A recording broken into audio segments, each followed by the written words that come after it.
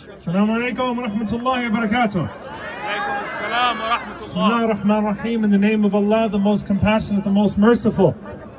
We're good. I know we have a lot of umbrellas up, but I want you to recognize that as the rain falls, our supplications are answered.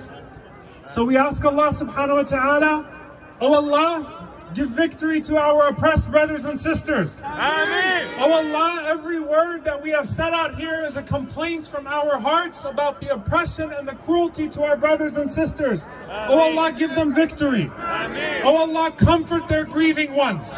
Oh Allah, have mercy on their martyred ones. Ameen. Oh Allah, give them strength and courage and perseverance. Ameen. Some of us are here and have family in Palestine. And while we were Zoom calling with them, we could hear the bombs falling in the background. We're not worried about the rain out here. We could hear the airstrikes in the background, and the worst part about it was that it was normal. That 8-year-olds have to walk the streets in Gaza, and it's normal to hear bombs in the background. That our families that walk the streets in Jerusalem hear bullets outside and hear people screaming, and they don't even flinch. And it's normal to them. We reject that normalcy. Dear brothers and sisters, so many of us come from a people that were expelled from those lands. My father, everyone's been talking about their parents up here. My father was born 5 years before Israel was born. He was born in Palestine free. My mother grew up in Jerusalem. And even though it was occupied, she was free because she refused to be occupied in spirit. And she was a poet, and she said these words that stick with me, and I want you to remember these words. She said, أنا من أرض فلسطين نبأت وفي كل الأرض زرعت ولكلمة الله أكبر سجدت. I am rooted in Palestine, but we have spread throughout the earth, and we bow our heads to the greatness of only one. When you have people that in the name of a false birthright, in the name of ethno-supremacy from Long Island, New York, that can walk into a house in Jerusalem or Sheikh Jarrah and say, if I don't steal it, someone else will steal it. That's a shame on every single person who tries to whitewash that crime. Every single person who refuses to utter the word apartheid. Every single person who refuses to utter the word genocide. Every single person who refuses to utter the word occupation. If you can't say occupation, you are not an ally in our liberation. Take your sanitized nonsense and keep it away from us. But dear brothers and sisters, Allahu Akbar. Look at this. Stare at it. These are human beings. These children are not less than my children.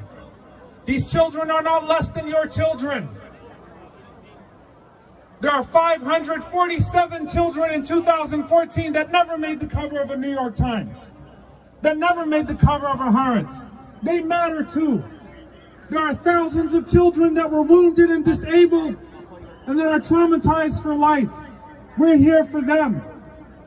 And how dare those fools raise their voice and say that this is wrong.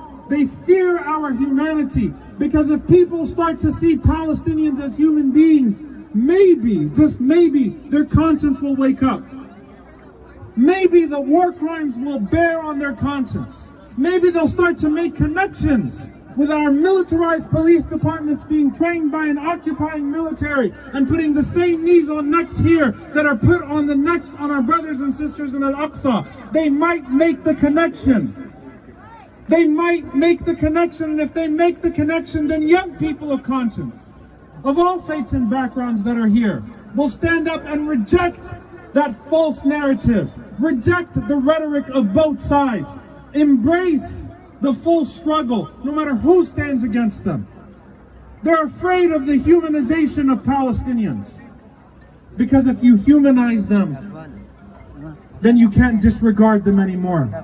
Dear brothers and sisters, we know who the fascists are. We know the people that make no secret about their contempt for the Palestinian people. But it's those people that issue those all lives matter type statements.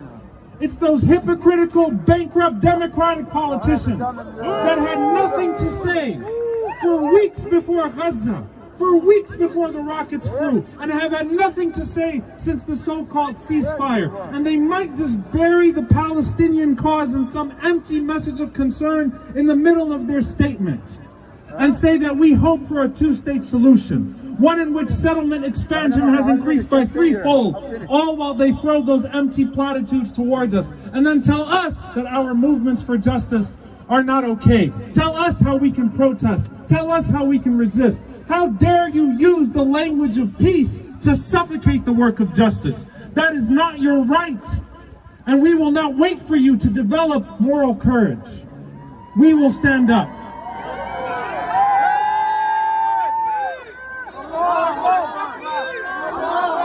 And dear brothers and sisters, I want to end with one thing. For too long, they've remained faceless.